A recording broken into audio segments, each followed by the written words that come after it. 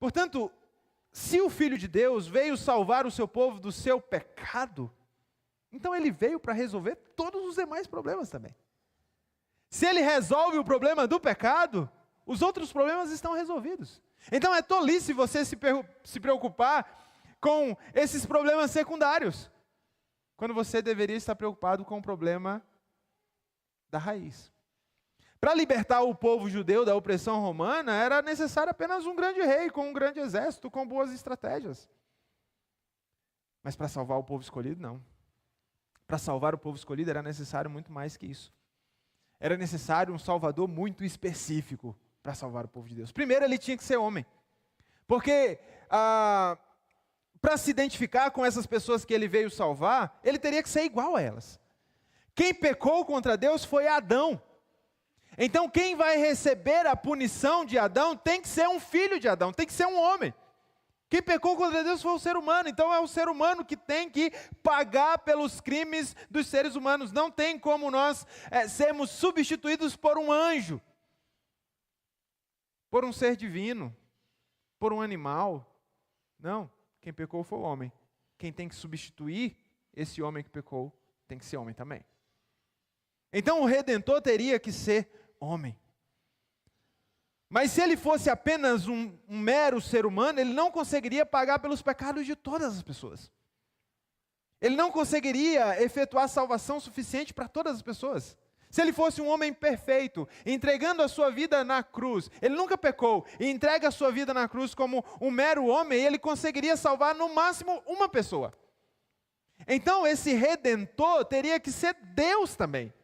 Para ele ter um recipiente grande o suficiente para receber sobre si toda a ira de Deus que deveria recair sobre uma incontável multidão de eleitos.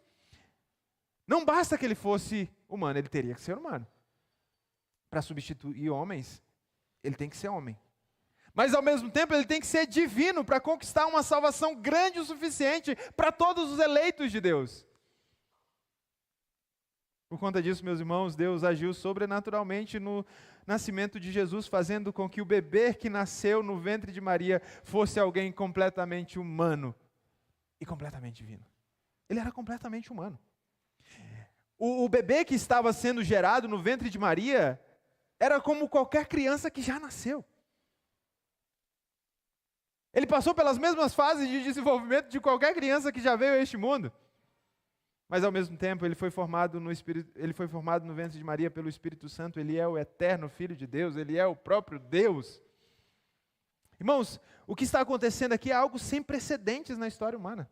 Primeiro, já é impressionante que uma virgem engravide sem auxílio de homem algum, isso já é um milagre extraordinário. Mas mais impressionante ainda, meus irmãos, essa virgem está dando luz a uma pessoa, a alguém que é completamente humano e completamente divino.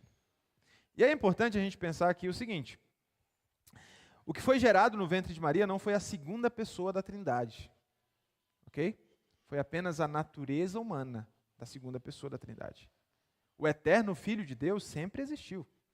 A pessoa divina do Redentor sempre existiu. Ele estava com o Pai e o Espírito na criação, criando tudo que existe. Ele não começou a existir no ventre de Maria, ele é o Criador de Maria. O que nasceu no ventre de Maria, meus irmãos, foi apenas a natureza humana da pessoa divina do Redentor, do Filho Eterno de Deus. Ele sempre existiu, mas a partir desse momento agora ele começa a existir com uma natureza humana. Deus teve que agir sobrenaturalmente para que esse Filho de Maria fosse Deus e homem ao mesmo tempo. Isso deveria chamar a nossa atenção, irmãos, para o quão terrível é o nosso pecado. Nosso pecado é muito grave. Veja o que Deus teve que fazer para nos redimir da nossa iniquidade. Deus não podia simplesmente nos dar algumas ordens, alguns exemplos, algumas tarefas para nós nos salvarmos a nós mesmos.